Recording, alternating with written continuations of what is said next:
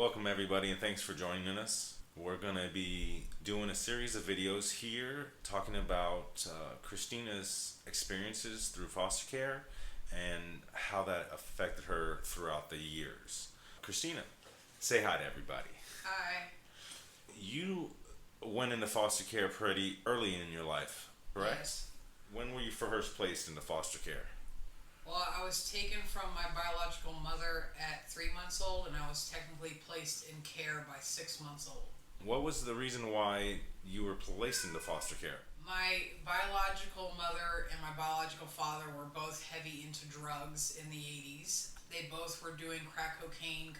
They both were drinking a lot. My biological dad was a alcoholic.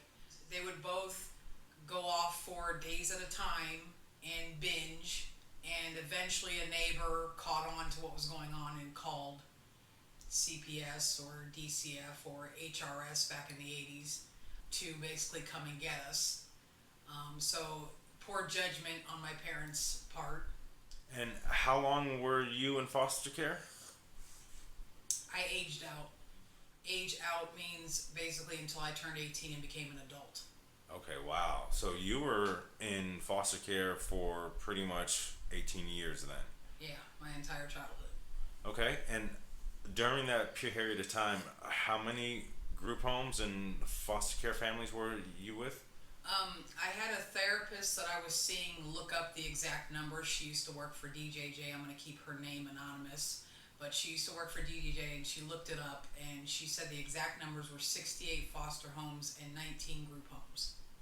So with all that experience, I'm sure you have some stories to share. Yes, I have a lot of stories. You were placed into Child Protective Services, or back then it was HRS, now it's called Department of Children and Families here in Florida.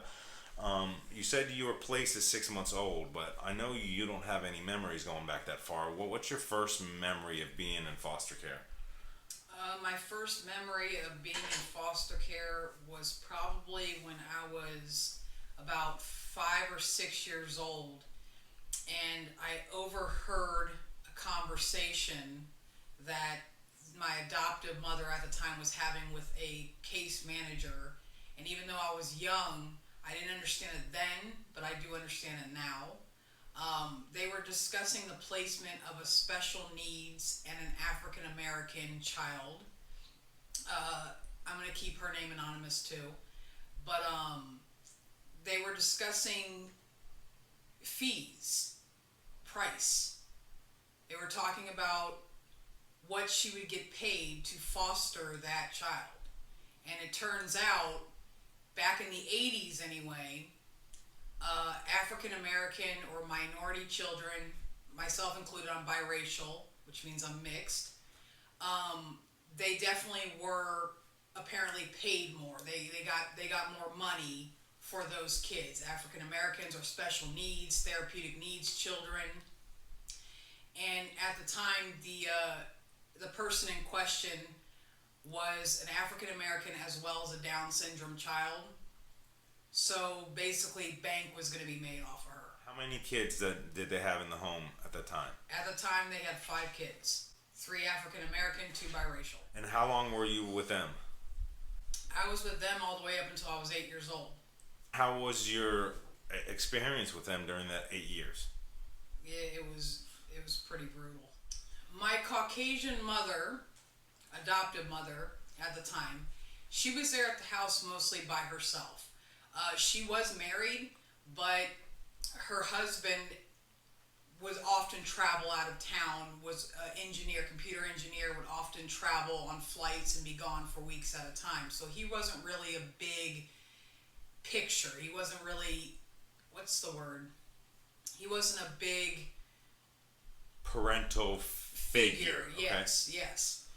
And we never, like, when he was at the house, her tune was a little bit different. I mean, don't get it twisted. She wore the pants.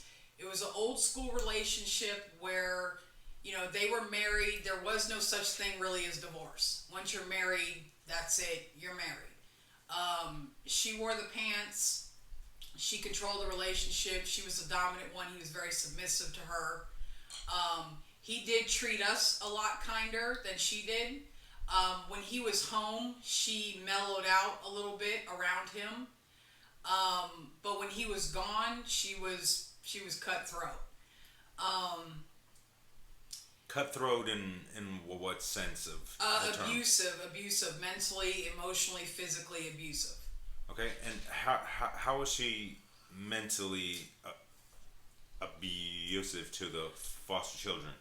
I had a friend of mine. We were friends in school. Her name was Jennifer. I'll just say her first name, Jennifer. Um, she was my best friend. She was my first friend. She was my best friend. She was, one of my first friends I ever made. I used to, ask her if I could go over and spend the night and this, that, and the third. She always, no, no, no, no, no. One of the days, there was one day where she asked me to do something for her, and this was after about the 40th time I asked her about a sleepover, and she said no. This is when I kind of started rebelling a little bit. She asked me to do something. I think it was painting the house or something she told me to do, and I just kind of put my foot down. I was like, no, I'm not doing anything. And she drugged me to my friend's house, and she told my friend that I suck my thumb, I'm a bedwetter, that I don't like her, that, she completely humiliated me in front of this girl. My friend at 5 years old, she completely humiliated me. So that's what I mean by mentally. And you said there was incidents of physical abuse. Can you give any examples? Pretty much anytime you told her no to anything she asked you to do. Anytime you told her no. Anytime when you lashed out. Or anytime when no, I'm not doing that. And would she spank you? Would she beat you? No, she would, whatever she could grab. I've been hit with a vacuum cleaner before, extension cords, outside switches. Those I didn't mind so much. The switches or the belts or whatever, okay, that's, typical, Discipline? Discipline. But, for the 80s. But yeah, for the 80s. But entire vacuum cleaners, and she would take the tool which you would use to poke the wood in the fire, whether it was hot or not, she'd hit you with that. She used to pull my hair a lot. She would grab my hair and pull it. She used to grab my leg and drag me across the house, to get me to do something. Now, during this physical abuse, you said you were only 5, 6, 7 years old while you were with this particular family. Did this abuse ever cause any injuries? And if so, how did you hide those injuries at school? Well, back in the 80s, the kids didn't talk. You were afraid of your parents. You were afraid. If you were to say anything, it was common sense. My parents are going to beat my ass if I say anything. So you didn't speak up. You just did. The kids now, yeah, they speak up now. They got, cool. But back in the 80s, no, you didn't. You didn't say anything. You hid it. You wore long sleeve shirts. You wore pants. Whatever you had to do. You didn't talk about it. If somebody did inquire, I fell on the playground. So while you were in elementary school, 5, 6, 7, 8, did you ever share any of these stories with your peers at school, or No. you just kept it? I kept it quiet. Hush, hush. I kept it quiet. I kept it quiet because in reality, even though what she was doing was wrong, I was embarrassed to admit. I didn't want to go to my friends and go, yeah, my mom beats my ass. That was embarrassing for me to even think about discussing. Because I know their parents aren't doing that to them. Right. Their parents are giving them gifts on their birthday, and they get to go out and spend the night at their friends' houses, and they get to, do what they want to do. But I know that that's not the life that I was living, so I never told anybody nothing. Wow. So you went through this mental and physical abuse with this first family that you were with up until age 8. And then what incident happened that you were removed from that home? Okay, so before we get into that, I want to explain something that happened that I don't really talk about too much, and I've never even talked to a therapist. This is a secret that I've kept with me, and I'm going to share it with you. About the time when I was 7 years old, me and a couple of the other siblings living at my adoptive mother's house, we would wake up at 11 o'clock at night, 12 o'clock in the morning, and we would sit there and have a serious discussion on how we were going to kill her. Little kids. I was at the time 7. I don't want to use names. Somebody was 6. Another one was 11. We would all get together and have serious conversations. Blood raw, serious, okay, we're going to do this, conversations on how we were going to murder her. So her abuse was so extreme that you guys wanted to enact revenge against her. Yes. The closest we got was one night we were all there. We got a kitchen knife, big dagger kitchen knife, and we army crawled in her room. Okay, she had a big king-size waterbed, and we army crawled around the waterbed to her side of the bed. At that time, her husband was in town, so she was not in the bed alone. But we're kids, we didn't really think it through all the way, So we army crawled to the side of the bed. I was right there. I remember having the knife in my hand. I remember seeing her. I was the one who was going to do it. They were just there to kind of support me. I was going to do it. And then all of a sudden, my adoptive dad snored really loud and scared the shit out of all of us. And we oh God, run. And we never, that's as far as it went, was holding it up to her eyeball and getting ready to, and then he snored, and we all ran, scattered like ants. You got replaced at age 8. What happened there that you were removed? Well, at the time, I didn't know it then, but I know it now. At the time, I was displaying a lot of behavioral problems. By then, trauma had set in, anxiety had set in, all these issues had set in, but I didn't know it, nobody else really knew. Okay? So I was acting out and I was rebelling a lot, and I was, no, I'm not doing that. No, I'm not. So after she basically couldn't control me anymore, she decided, okay, you gotta go. Okay, so she called HRS and had you removed from her home. Yes. Okay, so where did you go after you were removed? Okay, so I was put in a car. I was in the car for a few hours. It was probably 2 or 3 hours. I landed at an office building, which at the time was HRS, and they brought me inside, and they told me, had me sit at a chair, and they told me to sit in the chair. So at this point, I'm in sensory overload. I don't know what's going on. Where am I going? What's going to happen? Because this was shortly after a court hearing. There was a court hearing that happened first, where basically they gave up their rights right then and there. And with that court hearing ending, they picked me up. Like, it was pretty much done within a couple of days, like 2 days. Okay? It was fast then. So I'm sitting in this woman's office. I don't know who she is. I don't know. At the time, I didn't know who she was. She was a case manager. Okay? I still remember her name, and I'm going to say her name. Medina Magali was her name. Okay? She was a case manager for HRS at the time, so CPS. Okay? She had me sitting there. The only thing I had that I brought with me was the clothes on my back, and I had a Walkman. The Walkman I had gotten myself. Like, I had mowed lawns to get the Walkman, and I also had mowed lawns to get the CD that was in the Walkman, which at the time was Ludacris's Word of Mouth, which is explicit content. Okay, I was a kid. I was like 8. And I remember sitting there. That music was all I had at that moment. It was all that I had normal in that moment.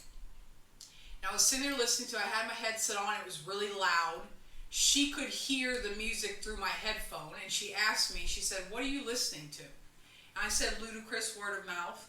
And she's like, "That has explicit content. You cannot have that. You are a child." So she took my Walkman from me.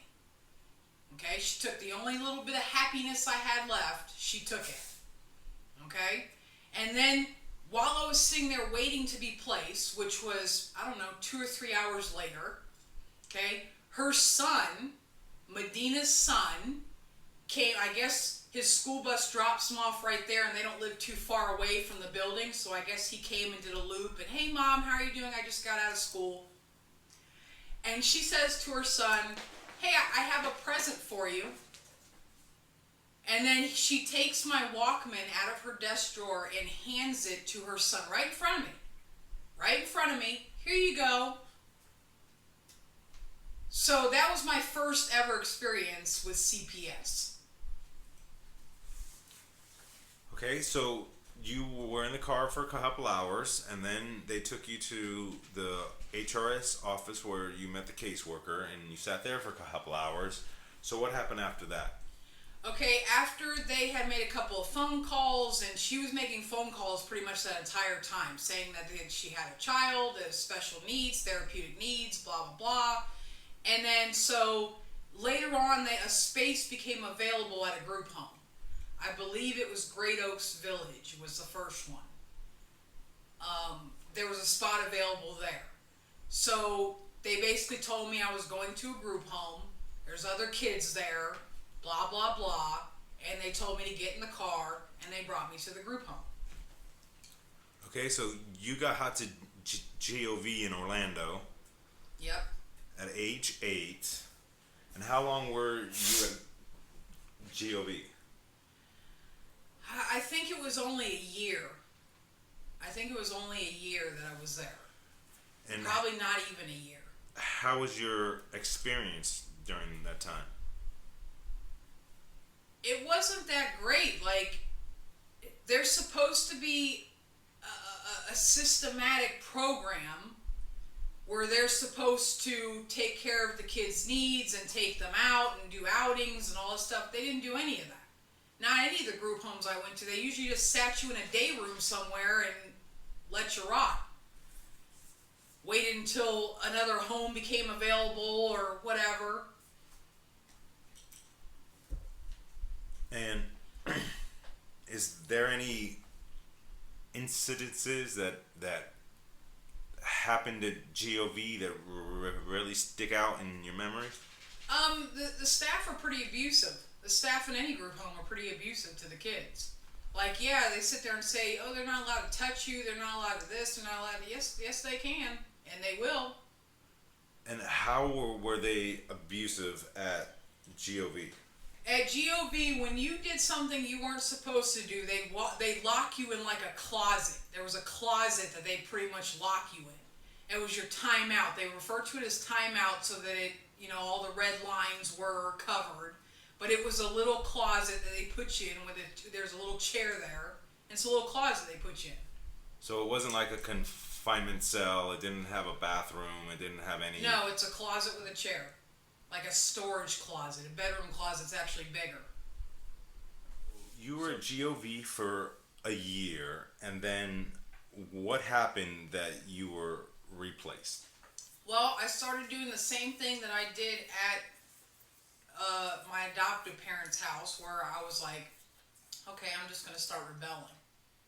I'm just going to start screaming every time they touch me, and I'm going to start, I'm going to start acting out.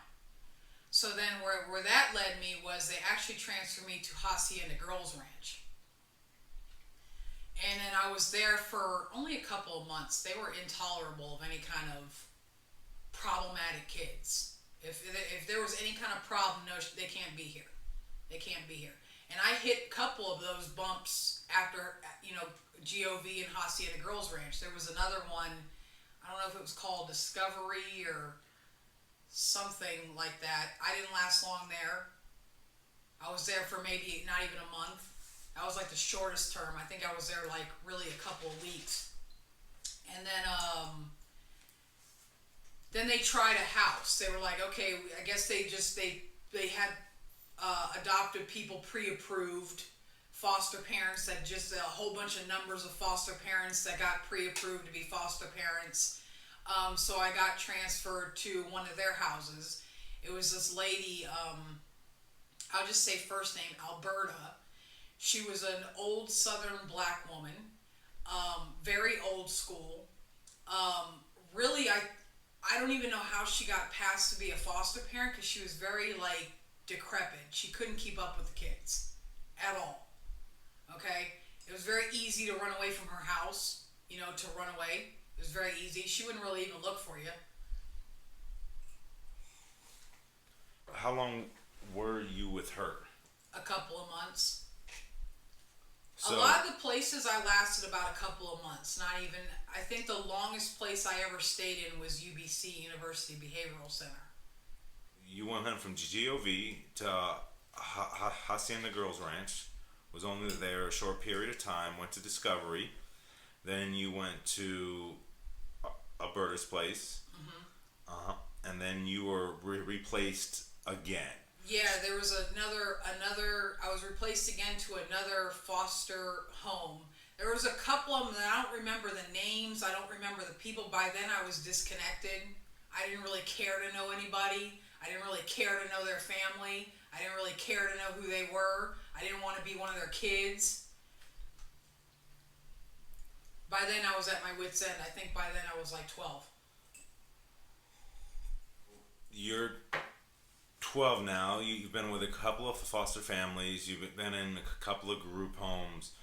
So where are you at now at age 12?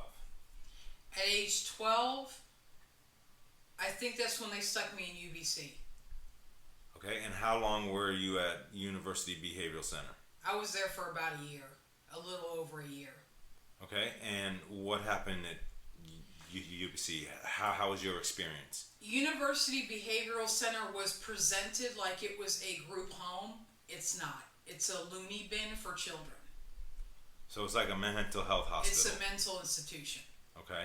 Okay, they had a section where they did fostering, but they treated those foster kids just like anybody else in the mental institution.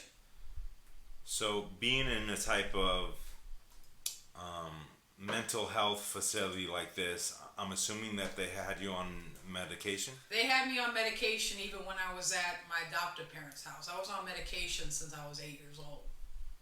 Okay, and what medications did they have you on? Do you remember? It's probably easier to remember the ones that I wasn't on. What were the ones that you were on?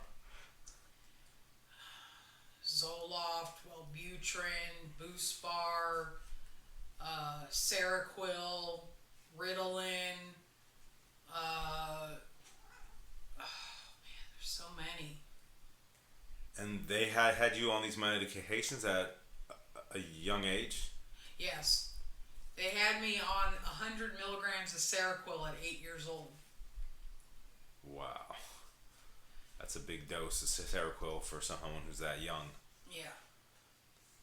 I think the goal was to keep me knocked out and sedated. Yeah, I think that was the goal. Like once the behavioral problems started coming out, they took me into shrinks and all that, and they were putting me on like cocktails. Like there would be a little cup. Here you go, and there'd be like 7 or 8 pills in that cup. You were at Universal Behavioral Center for a year, and then what happened after that? What happened after University Behavioral Center was another company or another organization had picked me up.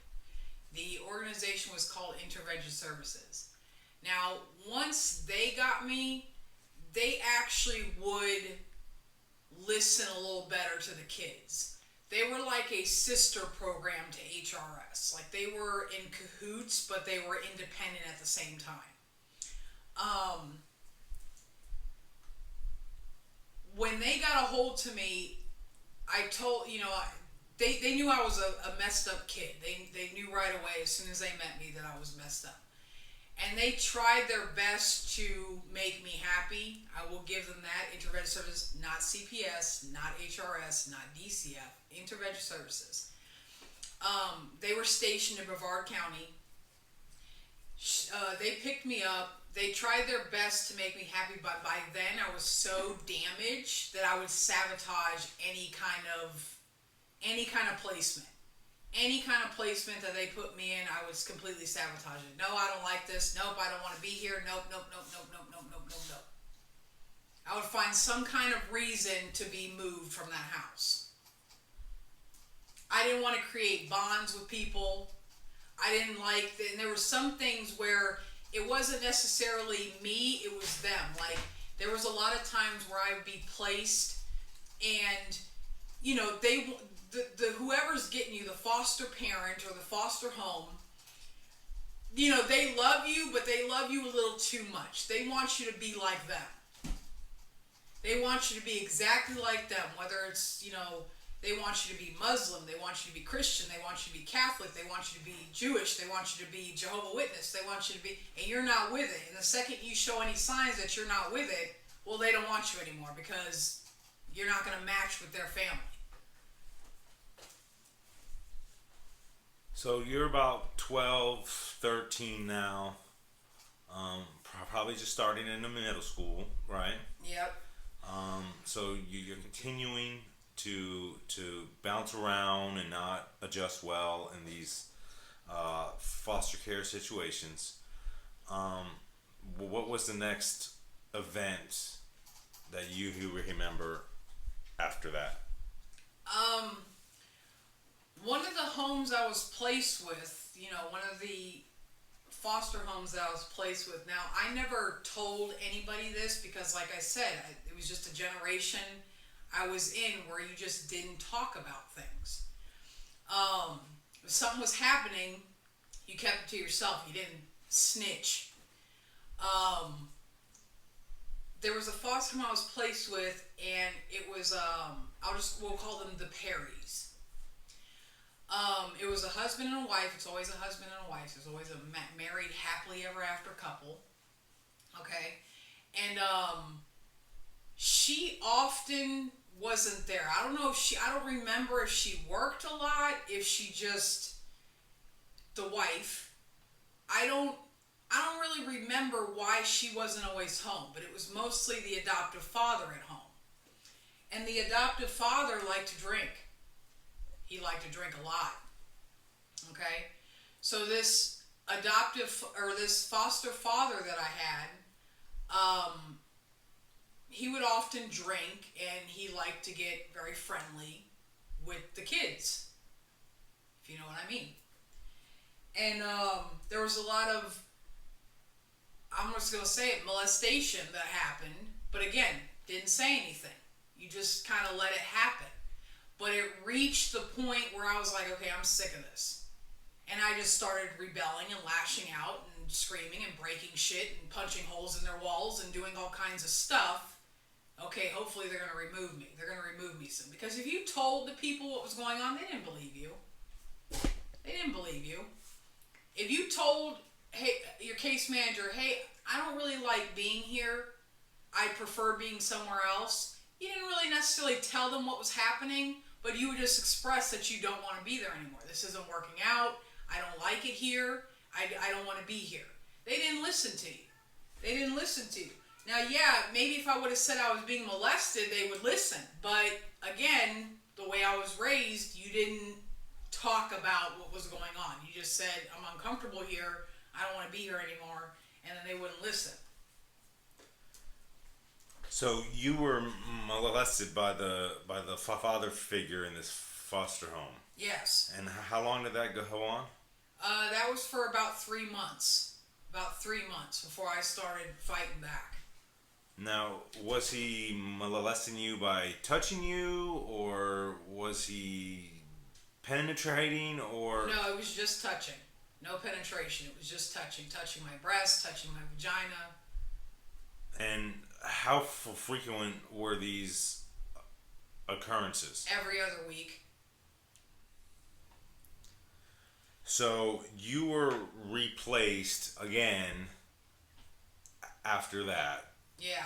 You I went, started destroying their house. I started like doing stuff to their house.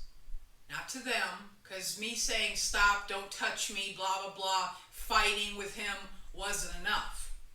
So then I started destroying their house, like taking big knives and carving X's on their house, fucking their house up. So after a while, they were like, yeah, I'm not, okay, bye. so they had you removed then, Because I was destructive. and then where did you go after that? After that, I was placed into another home, which I don't know why that one worked out. I was actually okay there. It was a home where I don't remember their names though. I'm not going to say their names anyway, but I really don't remember their names. But it was a nice house. It was a nice neighborhood. I had my own room. I wasn't bunked with like 4 different kids. I had my own room. It was a nice setup, and we lived. I'm a big animal person. I'm an animal lover. They brought me peace through this whole thing. I've always had an animal. I've always, I'm just an animal person. And where they were living at, about 5 blocks away from their house, was the Thunder Cats Big Cat Rescue, the Thunderhawks Big Cat Rescue or something. And we were so close to them that every morning when the sun would come up, you could hear the lions roaring and the windows vibrating because of their roars. It was like, I was like, oh man, I gotta stay here. This is cool. And I'm gonna go out and explore one day and find out where they are and see if I can see some lions. And I was there for a couple of months, and the next thing you know, I was being placed again. I don't know if it was because it was a temporary situation or what happened. I mean, I didn't act out there at all, but it just didn't work out. They ended up replacing. Okay, and then where did you go? I went to more foster homes, and they were all temporary. They were all, I don't remember names. I don't really, like, it was all a blur then. It was all a blur, like bam, bam, bam, bam, bam, place, bam, bam, bam, bam, okay, this place, no, this place. So that part was like a big blur. So it was like a couple of weeks here, a couple of months Yeah, here. sometimes a couple days here, sometimes overnight. Okay. So how old are you at this point? At this point, I think I'm 15. So you're just starting high school then? Yeah. Okay. School was always a problem. There was 2 things about school that were a problem. Well, technically 3. Like, even when I was with my adoptive parents, the kids noticed. The kids noticed that there were nothing but black children or multiracial, biracial children placed with a Caucasian woman. And kids are cruel. Kids will point out the obvious. Kids are, everybody knows how kids are. Okay, so they used to make fun of me. They used to bully me.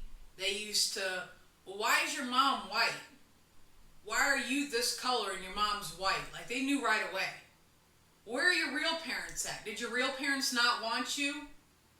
You know how kids are. Very upfront, no filter. And he used to always get to me like, how do you even explain that? How do you even explain that to the kids, And they used to make fun of that I was, because in the 80s, a biracial kid was like, it was weird.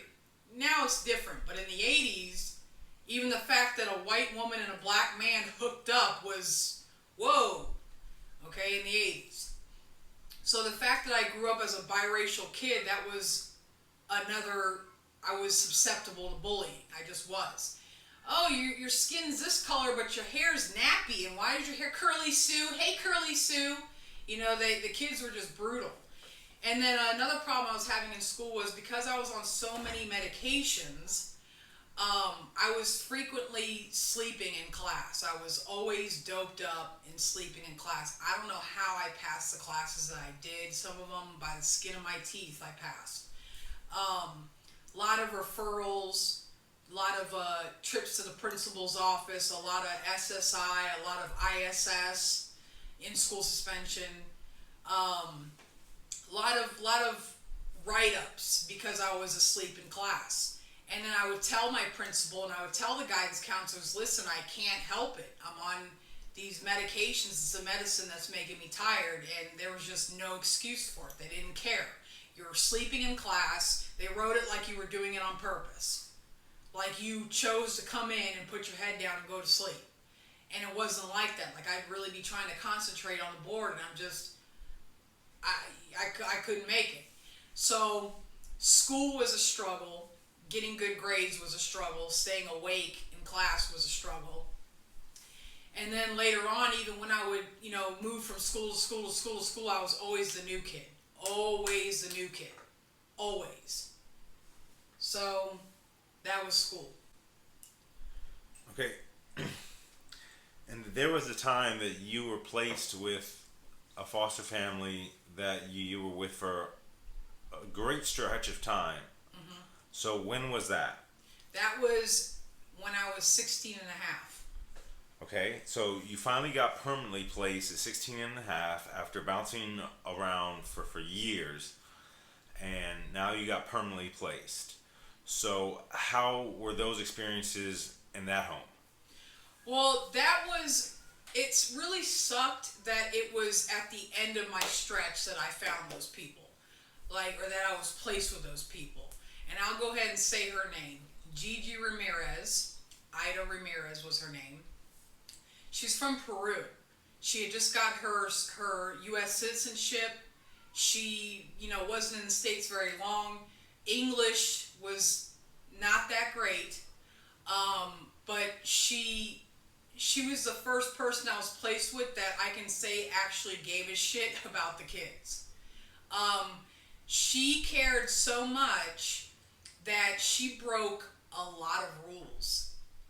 A lot of rules she broke. And she's not a foster parent anymore, which is why I'm saying this now. I don't have to worry about her, her losing her license or anything, because she gave up on it. It hurt her so much she gave up.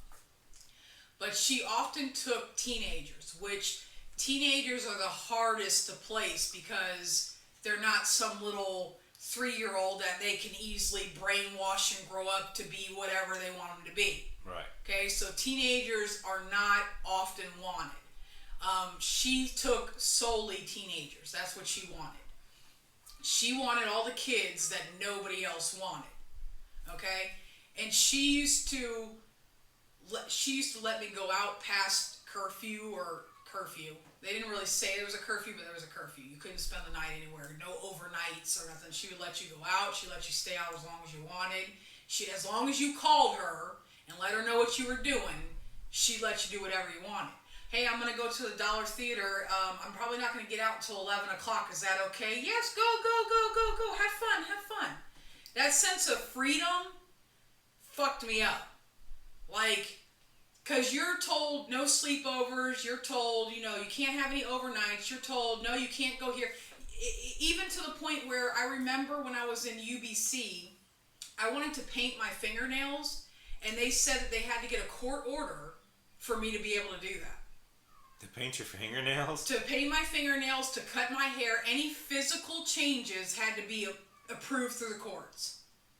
Wow. Any physical changes. So if you wanted a haircut, if you wanted to paint your nails, if you wanted to dye your hair, if you wanted to any of that stuff, get your ears pierced, any of that stuff, you had to get a court order. I actually pierced all my ears myself. Fuck you, system.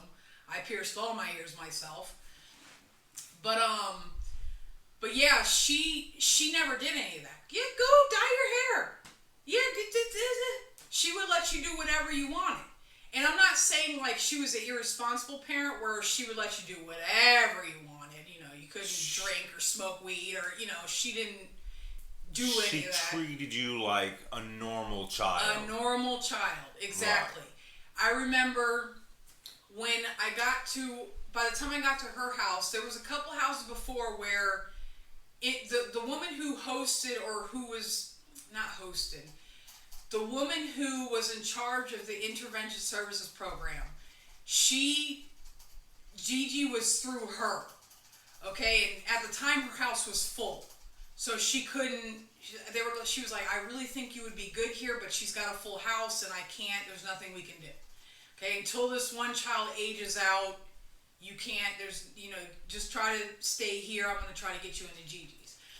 But there was 2 houses I was at where I tried. Like, she brought it to my attention that Brevard Zoo had a volunteer program. The woman her name is Joni Johansson, by the way.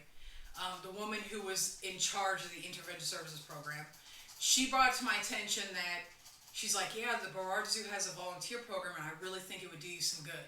I really think you should go to that program. I really think you should. And, at the time, HRS or DCF or CPS or whatever, the state didn't want me to go. They said that the risk factor was too high. She could get hurt. She's working with wild animals. No. Okay, so between that and the fact that the people who I was staying with at the time didn't want to take me an hour and a half every day to go volunteer. Okay, so that just looked like a bust. So then when I had got placed with Gigi, we talked about it one time. One time we talked about it. Gigi right away was, okay, we're going to go. We're going to go do it. We're going to go do it. And I'm like, yeah, but the state said that I can't. They're saying that it's dangerous. And she's like, we're going to go. Shh. You know what I mean? And I'm like, oh, okay. So then she started bringing me to go volunteer at the zoo. And let me tell you something. If it wasn't for Gigi, if it wasn't for Joni Johansson, if it wasn't for that zoo, I probably wouldn't be here no more. Like, I was at that point where I wanted to end my life. I was done with it. That was by 15. I was seriously wanting to just die. And then so they got me into the program. They said, okay, listen, if the case manager ever comes over to the house or anybody comes to check on you, you tell them you're fine. Don't mention the zoo. Don't tell them, blah, blah, blah. They basically groomed me into not speaking, but it was for the best. So I was doing that for years. I was doing the zoo for years. I got volunteer of the year for like 2 years in a row, person with the most hours, because I never wanted to leave. That was my second home. Like, I never wanted to leave there. It was very therapeutic for me. It was very, it's easily the best thing that could happen. So you found comfort in working with the animals while you were at the zoo? Yes. And it sounds like animals are not like people. They're non-judgmental. They don't care that I'm biracial. They don't care that I'm in foster care. They don't care that I'm unstable. They don't give a shit. They're just, hey, feed me, love me, come to me. That's all they care about. So it sounds like Gigi was more interested in your personal and mental and emotional well-being more than she was concerned about the black and white of the rules. Oh yeah, if they would have found out what she was doing, they would have took her license so quick. So it was up to us kids not to talk. Like, it was up to us to remain silent about the rules she was breaking. Like, the second we would have been like, oh yeah, Gigi lets us go to whatever until 11 o'clock at night. Boom, license taken. Oh yeah, they told me I couldn't go to the volunteer program, but guess what? Gigi still takes me. Boom, license taken. That's how quick it would have happened. So she had to trust us, and we had to trust her. Okay, I'm going to trust you, but in turn, you have to, it's a give-take. I'll let you do whatever the hell you want to do, just don't throw me under the bus. Right. And to me, that's what it's supposed to be about, to be honest with you. You were eventually removed from Gigi, right? Well, I aged out. And once you age out, that's it. Like, they come get you, drop you off in the middle of nowhere and go, okay, good luck. You aged out into Gigi's at 18. Now, for people who don't know the foster care system, kind of explain what aging out means and what happened on that day that you aged out. Okay, so what happened on my 18th birthday is basically the state came into Gigi's home and they said to me, okay, you have an option. You can either keep her here, okay, or she has to be removed from the house. Me and Gigi talked it over, and what happened was basically Gigi's like, listen, there's other people that I still need to help. There's other people that are still going to need my help. And I was like, well, I can't be selfish, I just can't be selfish. So I was like, okay. So what happened was around this time period, I had actually, okay, let me go back a little.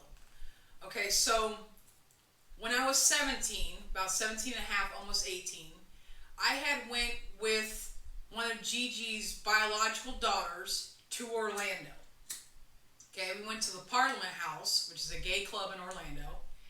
Okay, we went there. It was like a Sunday night. Everybody gets in free, blah blah blah. And Gigi was like okay with it, but Diana just had to watch. Okay, listen, that's your sister. Make sure you watch. And she's like, okay, And so we went to the Parliament House. And that night when I was there was a guy that came up to me and was like, I know you. I know who you are. And I was like freaked out. I was like, oh my God, this fucking crazy person. And then so he kept like stressing, I know you, you're Stephanie, he kept saying. And I was like scared. And I texted Diana because she was somewhere else in the club. I texted her and I was like, hey, there's some guy that says he knows me and he keeps calling me Stephanie and I'm not comfortable when you get the hell out of here. So by the time Diana found me, he'd already kind of explained a little bit of things like, you were adopted, you were this, I'm Junior, I know you, you're my sister, I can call your dad right now. I can call your dad right now to come see you. He's like, I know it's you, and I don't know who this guy is. Like, he doesn't look familiar to me at all. So then the curiosity got the best of me. I'm like, what if he's right? What if he's right? And I was like, listen, wait till my friend gets here. We're going to sort this out. So I tell Deanna what's going on. Deanna's like, okay. And then so I'm like, he says that he can call my biological father with proof that he's my biological father. So I say we let him do it, but we do it here. We don't go anywhere. We're not going with him. So then that's what he does. He calls on the phone. He's like, can I use your phone? I don't have a phone. And he calls and he puts it on speakerphone. And he's like, Dad, you're not going to believe who I'm looking at. He's like, I'm looking at Stephanie. And then I remember hearing my dad on the other end of the line going, boy, if you don't shut your ass up calling me at 3 o'clock in the morning. And I was like, oh, man. And then he's like, no, I'm looking at it right now. You need to come to the Parliament House. Come to the P House. Come to the P House. He's like, okay, I'm coming, but I swear to God, if it ain't her, I'm whooping the shit out of you. So he is on his way. So we're sitting there waiting, and I'm like, I don't remember what I was feeling. I just remember feeling a lot of doubt. There was a lot of doubt, like, oh, this is going to be some shit, blah, blah, blah. So then a black Chevy Tahoe pulls up. Junior goes running to it. Barry goes running to it. He goes, look, Dad, I told you, look. And this older black man gets out of the truck, and he has a white manila folder that's all wrinkled up. And then he goes, here. And he hands me this folder. There's a original birth certificate that says Stephanie Veet. There's a second birth certificate that says Stephanie Veet, name changed into Christina Martinez. Okay? There's pictures of me. There's pictures, like, from when I was little to about 4. And I know they're me. Like, those are my pictures. And there was, like, letters from Donna, who was my biological mother. There was, like, a letter from a jail, basically writing that she had AIDS, that she doesn't know how much longer she's going to last in there, blah, blah, blah. And then so I was like, holy shit, I guess these are my people, And then I was like, well, listen, I'm only in town for right now. I live in Brevard County, blah, blah. We switched numbers, And this had happened when I was 17 and a half. So I went home. I told Gigi what happened. I told Gigi exactly. She's like, oh my God. She's like, have you talked to him? Can I talk to him? Blah, blah, blah. They started talking. He's like, yeah, she's going to be turning 18 and we don't really know where she's going and blah, blah, blah, blah, blah. And then so basically when I was up until 18, Gigi coordinated with my dad to come get me as I turned 18. But as I mentioned before, my dad is not father material. Didn't know that then, but know it definitely now. So, State comes to Gigi's house on your 18th birthday, and they pretty much kick you out. Yeah. And do they give you any type of support to get on your feet? Do they give you... They do that now. I've been hearing that now they do that. Now they do it. But when I turned 18, you didn't get nothing. You got whatever you had with you at the time, and that's it. So what did you leave Gigi's house with? All the clothes that she had bought me. She bought me some clothes. I had like about a wardrobe worth of clothes. Like I want to say maybe 16 different outfits. Shoes. All my hygiene stuff. Hygiene products, deodorant, toothbrush, toothpaste, hairbrush, all my necessities that I use. I left a lot of like material stuff behind, books or stuff like that I didn't want to carry with me. I basically left them for the next kid, and then it was in my dad's Tahoe, and we were heading to Orlando. So they didn't give you any money. They didn't set you up with a place. They just pretty much said it was my dad's responsibility at that point. Wow. Okay, so you aged out. You now have been in foster care for roughly 18 years. Been to all these different foster parents, group homes. How do you feel like all of your experiences during this time has affected you today? I'm definitely screwed up. No sense of trust. Relationships are very hard to maintain. I don't have any attachment to any kind of material because it's always been taken from me. So even like if somebody gives me a gift, it's like, okay, what do I do with this? Or I don't really attach myself to it because I'm used to a lifestyle where it either got left behind or taken away.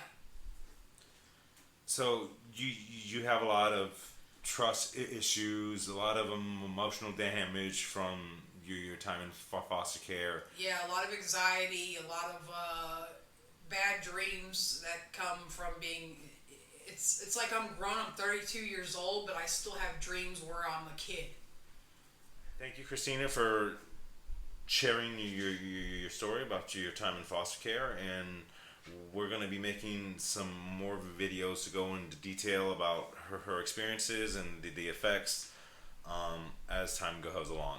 If any of you want to hear more about what I talked about, if you want me to get into it more, explain more in detail, make sure you leave a comment in the comment section, and I'll go into it a little further. This is basically just a summarized video. I will go into further details about each event as time goes by. Perfect. Thanks so much for watching, and stay tuned for the next video.